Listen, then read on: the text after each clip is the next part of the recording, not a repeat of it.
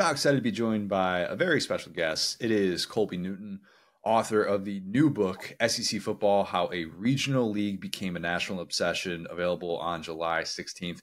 Colby, first of all, I know this book will succeed based purely on the release date because you understand college football so well that you made this release date just right in the heart of college football reading season at the beach. So that's victory number one for you. Yeah, thank you. It's funny you bring that up. I actually went back and forth with the publisher about when to release it. And they originally wanted to release it in mid to late August.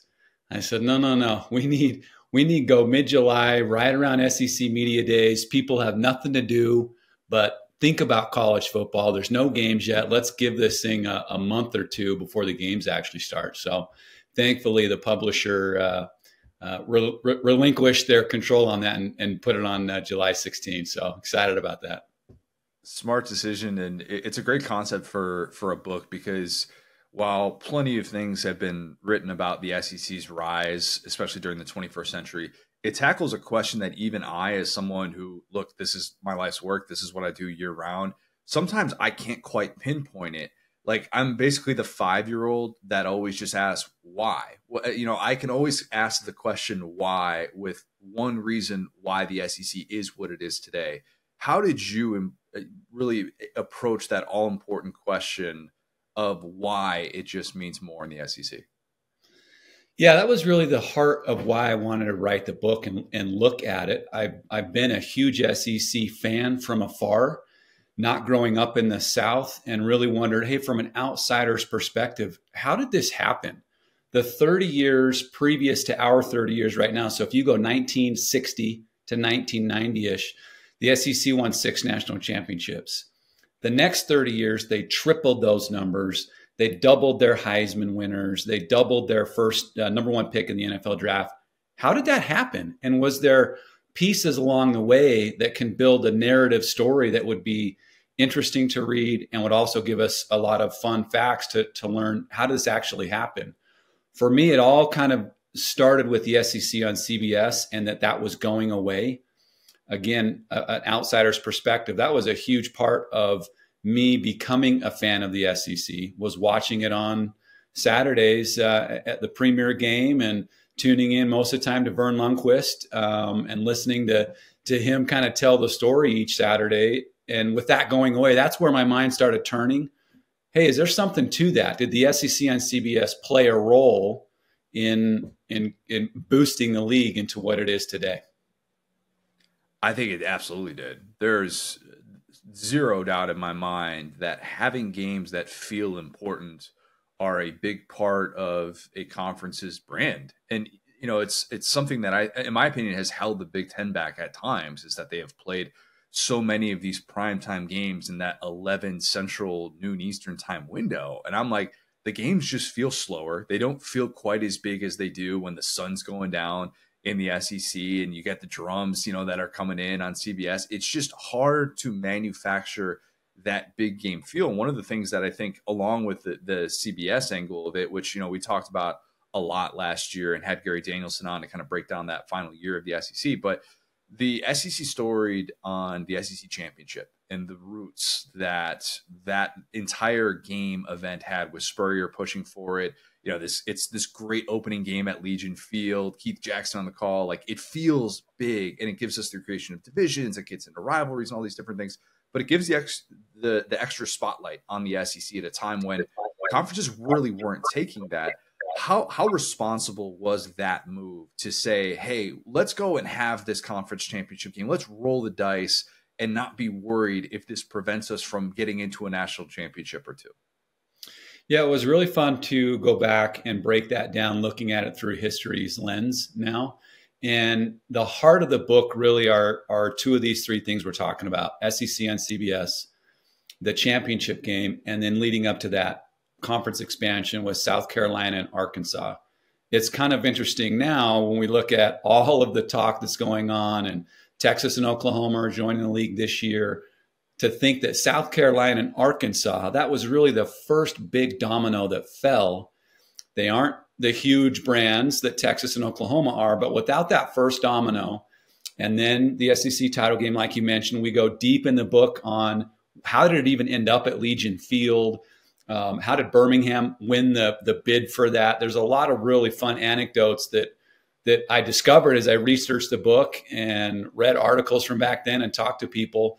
But that SEC championship game was huge. And so those all kind of lined up chronologically, late 80s into the mid 90s, where you had those three events, expansion, title game, SEC on CBS, to really catapult the league and give it the foundation it needed to all of a sudden take over. Because now it's almost like we take for granted that the SEC is going to be in contention, if not win at all. It was honestly a surprise last year when they didn't win. Like, that's how dominant the league has become. But it wasn't always like that. It wasn't like that for a long, long time. And like you said, that the championship game was a huge, huge part of that to separate the SEC, especially from the Big Ten. Remind me again, the Legion Field origins, because they had it 2 years at Legion Field and then they have it at the Georgia Dome. And the Georgia Dome just, I mean, it feels so synonymous with the SEC. But that bid, what was that process like to go back and read for what we know now and what this event has become, to think about it at a venue like that? Yeah, it was interesting because it was so new, this idea of a 12th game, and a lot of people were not happy about it inside the conference and outside the conference. The coaches inside the conference thought it was the worst idea ever. There's the famous quote from Gene Stallings, who said the SEC will never win another national championship. Of course, he wins it right away. But then even outside the league, other coaches and administrators were going on the record at the time saying, we're not going to schedule SEC teams. This isn't right to have there be an extra game. So there was so much pressure that the cities that potentially would want to host it didn't really want to get involved because they were confused at how do we make this work? And Atlanta was one of them where they thought, well, so we have the Peach Bowl, but what is this? Does this become the Peach Bowl? Like, do we get rid of the Peach Bowl? They just couldn't really kind of comprehend it. So it really came down to Birmingham and Orlando. Orlando was throwing out all the stops using Mickey Mouse and free days at Disney and comping all sorts of stuff, so much so that Tampa, who also really wanted the game, finally said, we can't compete. We're not going to give you that much money. So it came down to Orlando and Birmingham finally put together a financial package that really won the conference over. The conference had just moved into brand new facilities in Birmingham, so it just kind of all lined up for it to be hosted there at Legion Field at the old Grade Lady. As a resident of beautiful Orlando, Florida right now, as I've been for the last 9 years, I'm here to say that wouldn't have lasted. Atlanta still would have won out if that had played out. Like, there's no way. Like, I'm thinking about it. Even, gosh, I mean, I love the Citrus Bowl, and I love, the openers that they'll have there. I've been to concerts there. There's just no way that they would have ever made that the SEC headquarters with the surrounding areas. And Atlanta is so much better, but Atlanta gets essentially this trial run with Legion Field of like, you guys see how this works. See how you guys figure out all the issues that go into this, and then Atlanta takes it over. Like, I think Atlanta itself is such a big part of this story, and having a place like that people can drive. That's another thing. Like, not everybody can drive to Orlando. Like, Atlanta makes so much more sense as this like central point. I feel like Atlanta deserves a lot of credit for what the SEC has become. Oh, absolutely. And you're exactly right, where they allowed Birmingham to test it out. And very quickly, everybody knew, oh, this is a thing. Like, this is going to work. And they came in 2 years later when that contract, there was a look in, and blew Birmingham out of the water. And so we got to have this game. And it was fun to see how quickly that became really the epicenter of the SEC. And that's what you wanted to do as a program, was we got to get to Atlanta. And all the little factors like driving to the game and having the fans have that ability wasn't ever even really discussed when it went out to bid originally. And like you said, can you imagine it being in Orlando? It just doesn't feel right.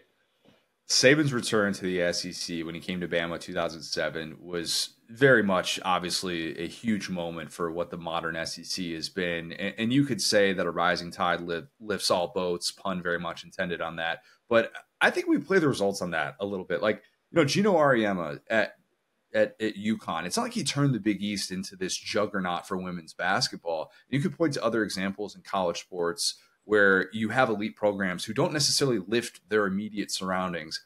Why was Saban and his return to Alabama gasoline on the SEC fire? Yeah, that's a great question. And I devote an entire chapter in the book to Saban and Urban Meyer. And I think, that's a great comparison with Gino and UConn women's basketball. I think it's tandem.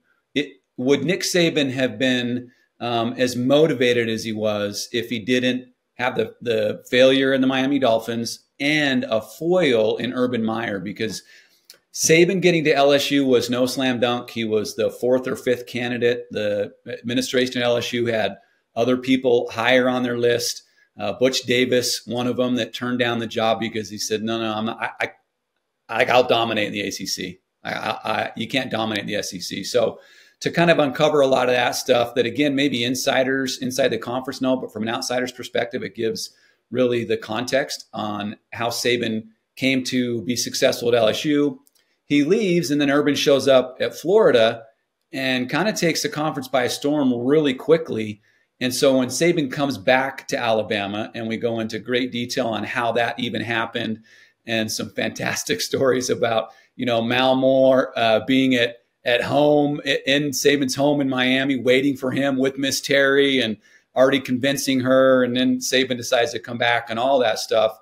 That's where the gasoline, I think, really happened.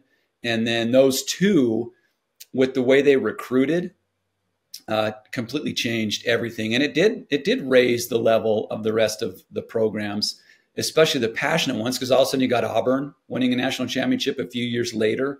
And so from there, that's really where all of a sudden it became, who's gonna win the national championship this year? And it's going to be from the SEC. And you could almost argue that it culminated with that LSU Alabama national championship game.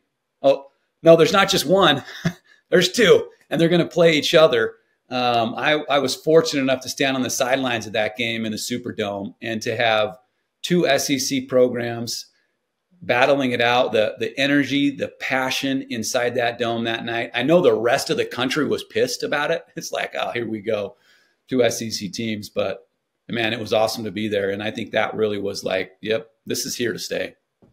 Yeah, so many people looked at that as the beginning of change in college football with the 14 playoff, and they think, all right, well, at least we're going to take the subjectiveness out of this, and then the SEC doesn't exactly put the kibosh on this whole domination thing throughout the 14 playoff era. I'm curious, though, getting back to the Saban part of this, how many mentions in the book does Rich Rodriguez have? Rich Rod, can you believe? I mean, it's like one of those things that you almost forget about, that he was offered that job, accepted the job, and then turns it down. So yeah, Rich Rod is talked about in that, and that's a big part of it. Mal Moore and Rich Rod met in New York City, offered him the job, and one thing led to another, and next thing you know, he's back to square one.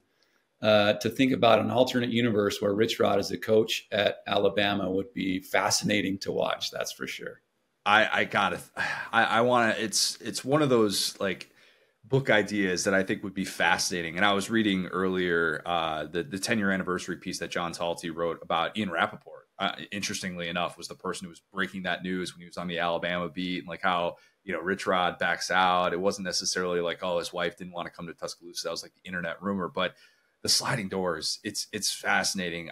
You could write an entire book just on that alone, because I actually think like the job that nobody ever links Saban to, if he didn't go to Alabama and if Rich Rod had accepted that job, was Michigan. Like the job that Rich Rod ultimately takes, which would have been so ironic, obviously, the Michigan State roots and all that stuff. But that alone, if that happens, if Saban doesn't take that job, if Rich Rod goes to Bama, like, is Urban still at Florida with 3 or 4 rings? Does Les Miles win another title? Does Mark Richt end the 1980 jokes in 2012? Maybe the timing never works for Kirby to come back to Georgia. Like maybe Mac Brown wins the second title at Texas, and that impacts Texas's timing with the SEC and, leaving the Big 12, all that stuff. Like that's the next book, I think, is probably the spinoff of that. Like I feel like I could go in like 50 different ways, and there's probably more that you even thought of doing the research for this book. Yeah, I'm in. Let me get going, right? I'll go all the way back. I'll go 100 years ago. I did this the entire book where it's like, I can't believe that happened and how that changed the course of history. Here's 2 of them. One of the first great coaches at Alabama we talk about in the first couple of chapters as we lay the foundation of the SEC is Wallace Wade, who was hired by Alabama. He first interviewed at Kentucky. He goes into the interview. They say, hey, let us talk about it for a minute. They make him wait for 3 hours. He's so furious at 3 hours, he storms back into the meeting and says, not only am I not taking your job, I'm never going to lose to Kentucky ever in my life, which he never does. He goes 11-0. He goes to Alabama, completely turns that program around, but continues to build on what it was. And then the next one's Bear Bryant. Bear Bryant is literally driving to Arkansas to interview for the head coaching job when Pearl Harbor is hit before World War II. He never gets to Arkansas. He turns the car around, enlists. Like, who knows what happens if Bear Bryant ends up in his home state at Arkansas? There are so many things that just happened all along the way that it's like, man, what if? What's the thing that you did, like looking at all the different elements of this book, that you actually felt like held the SEC back at times? Because for me, I think you could point to two things. I think you could point to being late to the game with integration and how that played a part, the lack of national titles for that 30-year stretch that you were talking about, and then expansion, SEC championship, that changes everything. And then the TV elements of not having the conference network in 2007 like the Big Ten did, and having another 7 years where ultimately that allows the SEC to eventually catch up to the Big Ten, but being a little bit late to that. Were there elements like that you found interesting that you actually felt like held the SEC back at certain points? Yeah, integration is a big part of it, and I dive into that into pretty good detail. And that was a fascinating subject to research.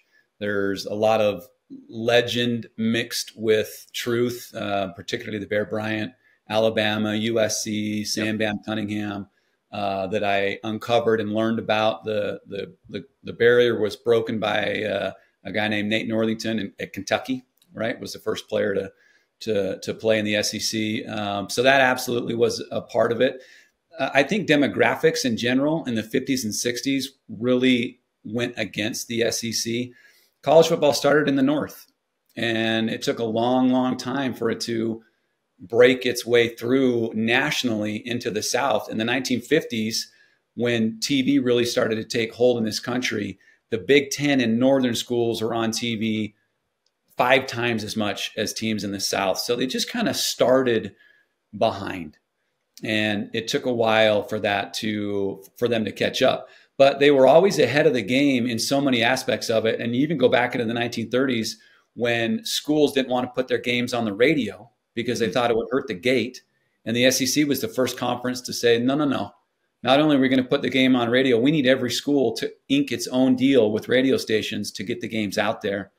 First school to offer athletic scholarships. So they continued to be, I think, kind of on the forefront of that, even into the 1980s. When the TV deal, everybody talks about the Supreme Court deal that happened. What people have forgotten is that revenues actually dropped after that. Ratings were down after that. And it wasn't just like the Supreme Court rules and then money starts flying everywhere. It took ingenuity, and the SEC was really the one that had it, as opposed to like the Big Ten. And just a simple example is the Big Ten would have one game on TV and it was regionalized. The SEC would have a game in the morning on TBS. They'd have a game in the afternoon on CBS and have a game in the night on ESPN. The next thing you know, somebody in California can watch 3 SEC games every day, every Saturday. They don't even get to see the Big Ten because it's regionalized with the Pac-10. So they made up for their shortcomings for sure. Yeah, it's interesting that all the different things that could have expedited that process, and the TV is huge and such a constant topic of conversation now, as is expansion. I think it's kind of overlooked a little bit how the SEC, since it became a thing in 1932, I think, you talked about Arkansas earlier, but even you go back and I was like, man, Arkansas still, it was like one top 10 season in the previous 12 entering the SEC, like had some good runs there, but wasn't considered what Texas and Oklahoma certainly are as premier programs, second to none fan bases, all that stuff as well, that you just know in a given year what to expect from them, at least from a support national conversation standpoint. But basically, the conference hasn't necessarily poached all of these other schools. Obviously not without trying, like the Bobby Bowden, Florida State, SEC thing, like that's pretty well documented. How much did you dig into the various expansion efforts by the SEC over the course of the last, 50, 70 years? Big. That's a big theme in the book. And as I'm sure everybody in the South knows, it started with 13 schools. 3 of those schools ended up leaving. We talk about that in the book, Tulane and Georgia Tech, and why that happened, and really dove into that. And then content to be at 10 for a really long time. And what was fun to go back and look at is that now it's so kind of secretive. I mean, all of a sudden you see a crazy rumor this weekend that Utah might go to the ACC, and it's so secretive. And it wasn't like that. It was like the SEC is going public and saying, we're open for business. Who wants to join? Which that right there was different. And so I uncovered some pretty funny stories really about Arkansas joining the league. And they originally wanted Texas and Texas A&M. A&M didn't want to come. Again, funny. But like you said, Arkansas wasn't this huge power. Miami and Florida State were the monsters. And they both said no, as you just said, pretty well documented. One funny story that I uncovered is when Arkansas was in serious talks with the SEC, the Southwest Conference was not happy about it and kind of knew what was going on. And Roy Kramer met with the Arkansas contingent in a little motel in outside of Memphis. Well, Kramer walks into the hotel lobby and there are cameras everywhere. And he's like, oh no, here we go. We're busted. Everybody knows that's going to cause some delays in this whole process. Well, he quickly finds out it's for like the Northwest Mississippi beauty pageant. Nobody knows that Roy Kramer's there. Nobody knows that they're meeting with Arkansas, and they just have their meeting. And nobody even, really paid attention to it. And Arkansas joined the league. So that, like I said, kind of earlier on, without Arkansas was the first school ever to leave a power league and join another league.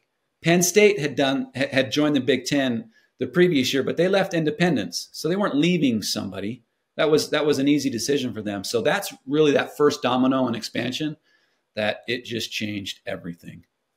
It feels like, as it relates to Arkansas, many people thought the Southwest Conference would become what the SEC is. And if they had been, how should I say, a little bit more ask, don't tell, a little bit turn the other cheek when it comes to some of the cheating and stuff like that, very well documented with SMU, but other schools dealt with this as well, that it could have become what the SEC currently is. Maybe it was a little bit too regional for that, and you don't know with all the TV stuff of like what that went into. But did what happened in the Southwestern Conference provide the blueprint for the SEC in certain ways? I think it did, and a big part of that actually was as the demographics changed within that conference, specifically Texas, and as pro sports took a bigger hold there. Some of the schools like Rice, for example, started to go down in passion with their fans, but the administrators refused to give any kind of concessions to the Texas and Arkansas schools in the league. And that really started to get them frustrated because they saw their revenues that they were expected to provide. And there was a big sticking point with how much money they had to pay when an in-conference school had to come to their league. So I think that's where the SEC and probably a lot of the other leagues said, what do we do to avoid this? Like you said, and they did it. One of the funniest quotes I found was from the Baylor coach at the time when Arkansas finally officially joined. He called the SEC the Iraq of college football. And this is, right before the Gulf War. That was about as bad as a comment as you could make at that time. But yeah, they knew that it was the beginning of the end when Arkansas left. And they just said, if you're not going to treat us maybe a little bit differently, we don't have to go like 100% different revenue shares, whatever, but we're Arkansas and you're Rice. Like, we have 10 times the amount of fans that come to our games. You got to help us out.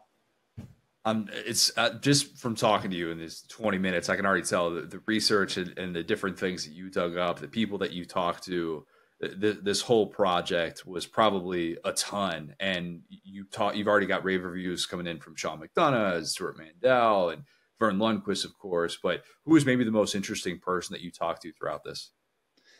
That's a really good question. The most interesting person, really, I think that was uncovered. Maybe not uncovered is not the right word, but Roy Kramer. Yeah, I know everybody. There's nothing that really was uncovered about Roy Kramer, but the vision that he had combined with the grit, because again, all these things that we're talking about, signing the deal with CBS, it's like, yeah, that's a no-brainer. Nobody thought it was a good idea. There are people going on the record at that time at ABC saying this will never work. Nobody in Colorado is going to ever care about Tennessee playing Florida. And it's like all this stuff worked. And Kramer didn't care. Same with the championship game. I mean, he meets with the coaches. The coaches are furious. Other leagues are saying all sorts of things. We're gonna threaten to remove you from the NCAA. He didn't care. He just kept pushing forward. One of my favorite things that I uncovered about Kramer is when he was a AD at Vanderbilt, the current commissioner at the time, this is about 1980, was having problems with scheduling in the SEC. Tell me if you've heard that before. Teams in the SEC and don't want to play each other. It was fascinating to go back and see, like, Georgia and Tennessee didn't play each other for 30 straight years because you only had to play 6 and 7 conference games and all that. And so the commissioner at the time, Boyd McWhorter, calls Kramer and says, hey, we need a committee to figure out how to get Georgia and Tennessee to play. So can you help us out on that? And Kramer's like, sure, I'll do it. And he never hears from it again. And he calls the commissioner a couple weeks later and says, hey, I haven't heard anything. And McWhorter says, Roy, you're the committee. Go figure this out. He's like, oh, okay. So he did. He brokered a deal. They play the very first game of the season, which is, again, kind of unheard of at this time. They scheduled a home and home. And so little stuff like that you see where Roy Kramer, and really in the 1980s and 90s, without Roy Kramer, you want to talk about what ifs? There's no Roy Kramer. Man, I don't know where the SEC is. It's a fascinating thing to think about, all the different commissioners, all the pivotal decisions that have been made to get to this point. Last one for you. What was the most interesting thing that didn't make the book? That didn't make the book? Oh, that's a good one. The publisher had me on a pretty strict word count. The publisher wanted to keep it under 70,000 words. I could have written another 70,000. Like, there were so many things in there that I wanted to talk about. That's a good one. I don't know. I think I would have liked to maybe dive a little bit more into Harvey Schiller. He's someone that was a commissioner that left for the U.S. Olympic Committee, and he's someone that actually got the wheels going with expansion. So that's some stuff that would have probably made the book a little bit more. I'm a history buff. I love history, especially when you're talking about sports. So I cover the first, 60 years of the book in 2 chapters. I mean, I could have written a whole book on all sorts of stuff in those 60 years too. So it was really, really fun. I'm sure, like I said, the possibilities for different ways that when you approach it from the way that you did, all the different things you dig into, you're like, oh, I could write a book about that. I could write a book about that. The ideas are kind of endless, and I'm sure you'll have no shortage of future plans to be able to write your next book. This has been great. Pre-orders for SEC Football, How a Regional League Became a National Obsession are available on Barnes & Noble. You can go to Roman.com. That's ROWMAN.com. Enter promo code RLFANDF30. Get 30% off. This has been great, man. Really, really fun conversation. Can't wait to read it. I really appreciate you having me on, Connor. It's been fun to talk. I'll talk SEC football anytime. Hey, man. You and me both. You and me both.